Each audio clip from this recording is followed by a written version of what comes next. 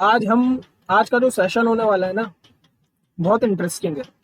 Defence में limit continuity के based पर जो क्वेश्चंस पूछे हुए थे वो मैंने पिक करे हुए हैं 2021 के।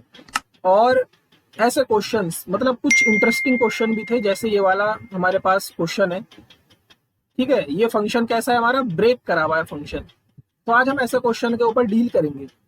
देखो, इन क्वेश्चंस को करने का मेथड बहुत ईजी है, बट मेथड पढ़ने से पहले आपको पता होना चाहिए, थोड़ा सा कॉन्सेप्ट पता होना चाहिए।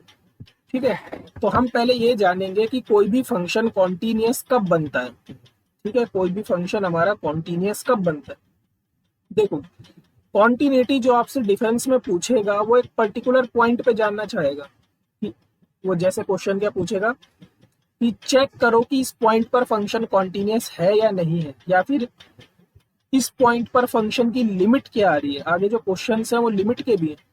तो देखो, हम क्या करेंगे, अगर हमसे कॉन्टिन्यूटी जानना चाहेगा तो हम क्या करेंगे, हम लेफ्ट हैंड लिमिट निकालेंगे एट एक्स इक्वल टू ए पर। ये पॉइंट वो आपको देगा, ये इक्वल आना चाहिए राइट हैंड लिमिट के एट एक्स इक्वल टू ए पर। और ये किसके बराबर आना चाहिए, सबसे इंपॉर्टेंट चीज फंक्शनल वैल्यू के। फंक्शन की क्या वैल्यू है इस पॉइंट पर। अगर ये तीनों वैल्यूज आपस में बराबर आ जाती हैं तो हम कह देते हैं फंक्शन कॉन्टिन्यूअस। जो ये वाले क्वेश्चंस होते हैं ब्रेक करे हुए फंक्शन, ठीक है ना, ये जो ब्रेक करा हुआ फंक्शन है, देखो डिफरेंशिएबिलिटी में ऐसी उड़ा दूंगा।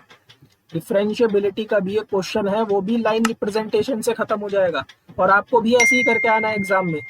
ठीक है ना, मुश्किल मुश्किल से 15 से 20 सेकंड में आपका आंसर आ जाएगा कॉन्टिन्यूटी और डिफरेंशिएबिलिटी का। ठीक, देखो जी, हमने एक लाइन रिप्रेजेंट कर ली। अब फंक्शन जहां पर ब्रेक हो रखा है वो पॉइंट आप लाइन पे ड्रॉ कर दो। फंक्शन 1 पे ब्रेक हो रखा है, देखो 1 से छोटी वैल्यूज के लिए वैल्यू ये है। When x is less than 1 function ये है। When x equal to 1 function 5 है। When x is greater than 1 function ये है। मतलब फंक्शन कहाँ ब्रेक हो रखा है, 1 पे ब्रेक हो रखा है। तो आप 1 को यहाँ पर रिप्रेजेंट कर दो। 1 के इस तरफ राइट हैंड साइड में हमें पता है पॉजिटिव वैल्यूज होती है, मतलब 1 से बड़ी वैल्यूज होती है। तो इस तरफ क्या क्या वैल्यूज होंगी, 2 3 4 5। और राइट लेफ्ट हैंड साइड में क्या वैल्यूज होंगी, 0 -1, मतलब 1 से छोटी वैल्यूज होंगी। तो आपसे क्वेश्चन भी तो यही कह रहा है कि जब x की वैल्यू 1 से बड़ी है तो फंक्शन आपको ये लेना है। x की वैल्यू 1 से बड़ी इस साइड मिलेगी, है ना, तो इस साइड फंक्शन क्या है, b माइनस ax। जब x की वैल्यू 1 से छोटी है तो फंक्शन आपको a प्लस बी एक्स लेना है। और जब x की वैल्यू 1 के बराबर हो जाती है तो आपको वैल्यू 5 लेनी है। तो ये कह रहा है कि a प्लस बी की वैल्यू बताओ क्या मिलेगी। बहुत इजी प्रॉब्लम है। उसने कहा है ये जो फंक्शन है ये कॉन्टिन्यूअस है, और अगर कोई भी फंक्शन कॉन्टिन्यूअस है तो उसकी left hand limit, right hand limit और उस पॉइंट पर फंक्शन की वैल्यू तीनों बराबर आएंगी। अब लेफ्ट हैंड साइड में आपका फंक्शन ये है, राइट हैंड साइड में आपका फंक्शन ये है, और आपको लिमिट किस पे चेक करनी है, 1 पर चेक करनी है। क्यों, क्योंकि फंक्शन 1 पे ब्रेक हो रखा है। तो जैसे ही आप यहाँ पर लेफ्ट हैंड लिमिट निकालोगे तो x की जगह पर 1 पुट कर दो, तो क्या मिलेगा, a प्लस बी। यहाँ पर राइट हैंड लिमिट x की जगह पे 1 पुट कर दो, क्या मिलेगा, b माइनस ए। और 1 पर फंक्शन की वैल्यू कितनी है, 5। तो अगर फंक्शन कॉन्टिन्यूअस है तो लेफ्ट हैंड लिमिट कितनी आई हमारी, a प्लस बी। ये किसके बराबर आनी चाहिए, राइट हैंड लिमिट के। राइट हैंड लिमिट कितनी है हमारी, b माइनस ए। और ये किसके बराबर आना चाहिए, फंक्शनल वैल्यू के। तो फंक्शनल वैल्यू a पर फंक्शनल वैल्यू कितनी है, 5। 1 पर फंक्शनल वैल्यू कितनी है, 5। ये क्वेश्चन में गिवन है, जब x की वैल्यू 1 है तो फंक्शन की वैल्यू कितनी है, 5। तो हमारे पास यहाँ से क्या मिल गया, देखो a प्लस बी किसके इक्वल आ गया, 5 के। a माइनस बी भी किसके इक्वल आ गया, 5 के। इन दोनों को आप ऐड कर दो, b से b कैंसिल, तो 2a इक्वल टू 10 और a इक्वल टू 5। तो a की वैल्यू तो यहाँ से आ गई 5। इस a की वैल्यू को आप यहाँ पर किसी भी एक में पुट कर दो जिसमें आपका मन कर रहा है। तो यहाँ से सपोज मैं इस वाली इक्वेशन में पुट कर देता हूँ, a plus b equal to 5। जैसे ही b a की जगह मैं 5 पुट करूंगा तो b कितना मिल जाएगा, 0। तो b 0 आ गया, a 5 आ गया, इन दोनों को ऐड करोगे तो वैल्यू कितनी आ जाएगी 5। तो फर्स्ट ऑप्शन शानदार करेक्ट। ठीक है, कोई भी डाउट हो गाइस आप कमेंट सेक्शन में पूछ सकते हो। तो फर्स्ट ऑप्शन यहाँ पर आपका करेक्ट है। अगला क्वेश्चन देखो, हाँ जी, कह रहा है x इक्वल टू ई पर x के सापेक्ष इसका अवकलन कीजिए। What is the derivative of this function with respect to x at x equal to e. तो सबसे पहले तो आप डेरिवेटिव करो। आपको y क्या गिवन है, y गिवन है आपको sine log x plus cos log x। ठीक है, तो dy dx निकालो भाई। dy dx क्या होगा, dy dx होगा d dx of sine log x plus cos log x। ठीक है ना, अब d dx को आप क्या करोगे, अलग अलग कर दोगे, तो ये हो जाएगा d dx of sine log x plus d dx of cos log x।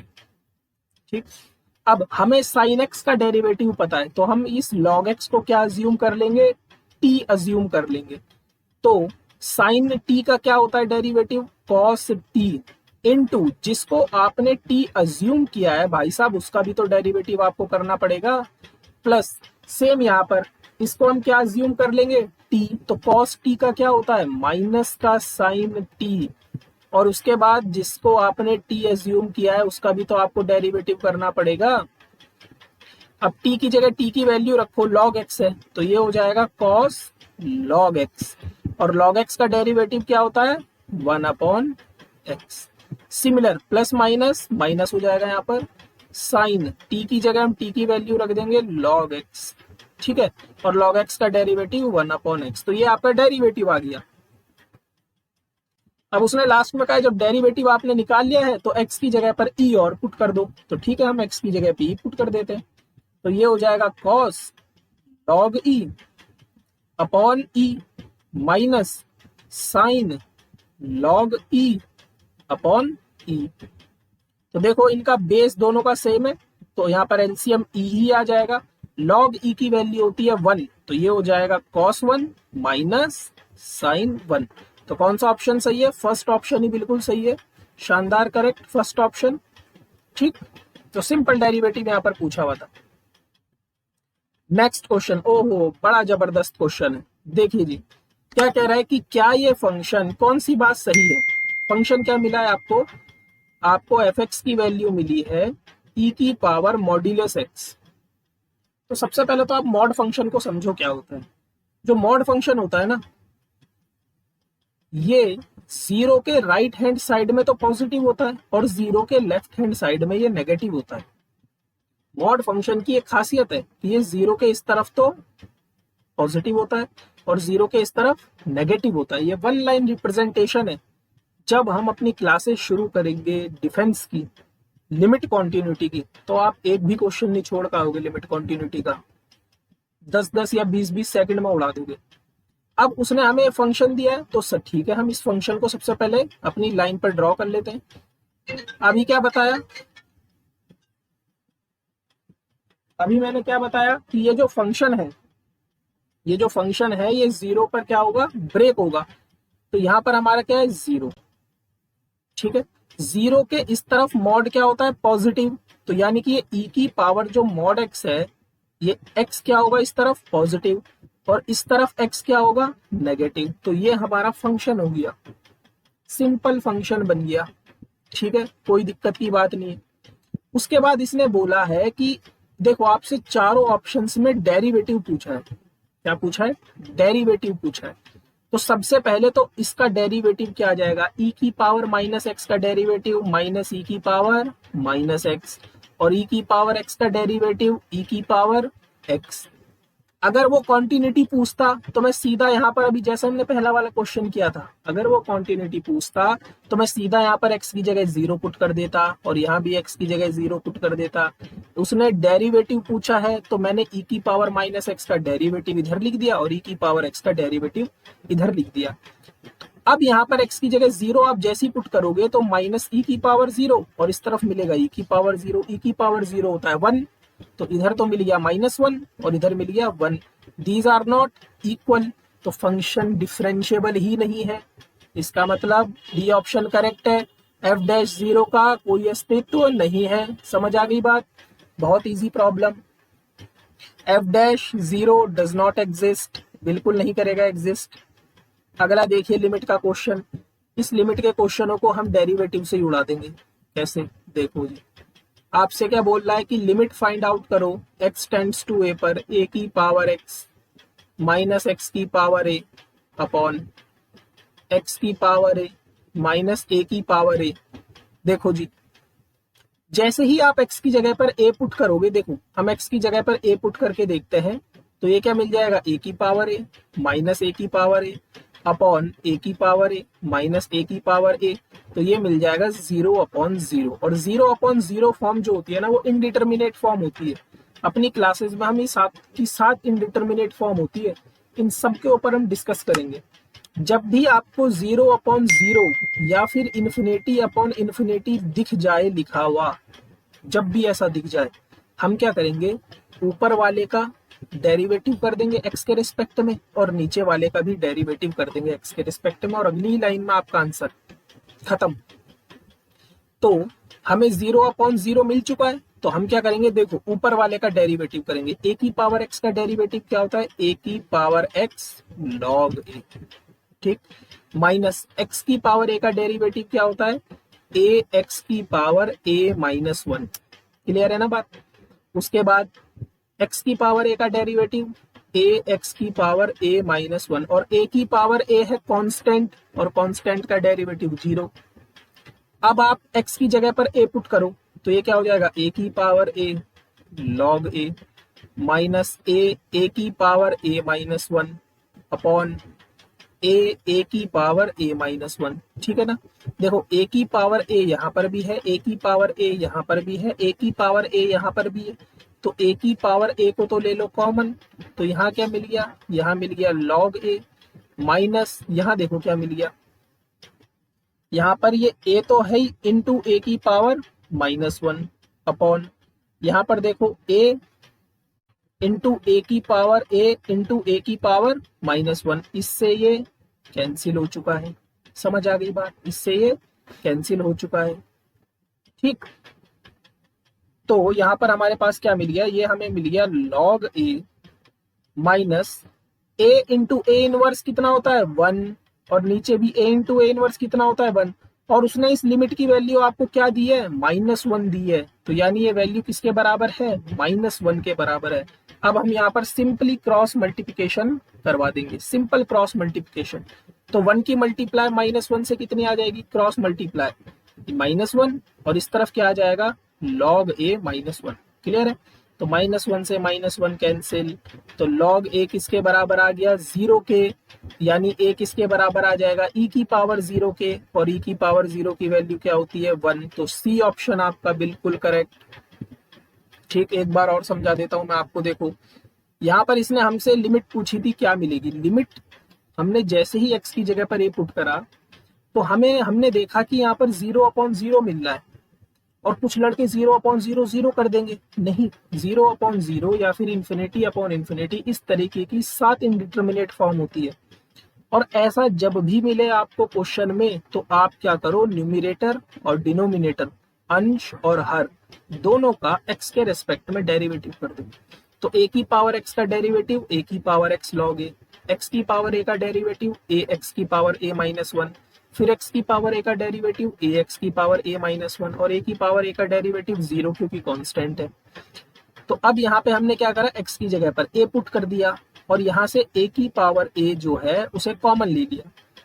a की पावर a जैसे ही हमने कॉमन लिया, तो हमें क्या मिला, हमें अंदर log a, यहाँ पर a इंटू a की पावर a तो बाहर चला गया, यहाँ a की पावर -1 बचा। ऐसे ही a की पावर a बाहर चला गया, तो यहाँ क्या बचा, a इंटू a की पावर -1, a की पावर a से a की पावर a कैंसिल कर दिया, यहाँ बच गया log a। a इनवर्स कितना होता है, इसका मतलब क्या होता है, a इंटू 1 अपॉन a से a कैंसिल, इसकी वैल्यू 1 आ गई। ऐसे ही नीचे 1 आ गई, अब क्रॉस मल्टीप्लाई करवा दी तो 1 की मल्टीप्लाई -1 से -1 और 1 की मल्टीप्लाई इससे ये आ गई, 1 से 1 कट गया, log a की वैल्यू 0, यानी a बराबर e की पावर 0 मतलब 1।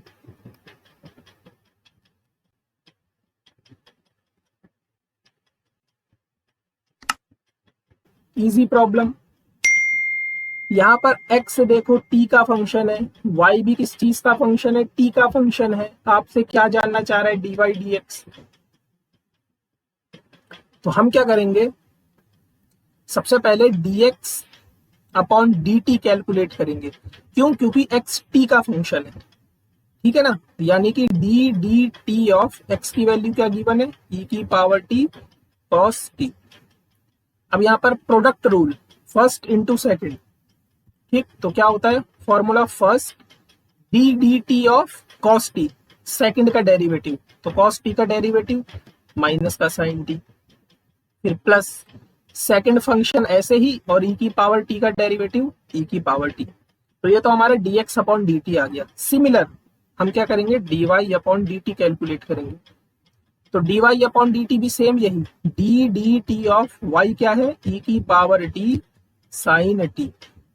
तो e की पावर t का डेरिवेटिव e की पावर t, साइन t का डेरिवेटिव cos t, फिर plus sine t as it is, e की पावर t का डेरिवेटिव e की पावर t। अब हमसे उसने dx अपॉन dy पूछा है, तो dx upon dt upon dy upon dt।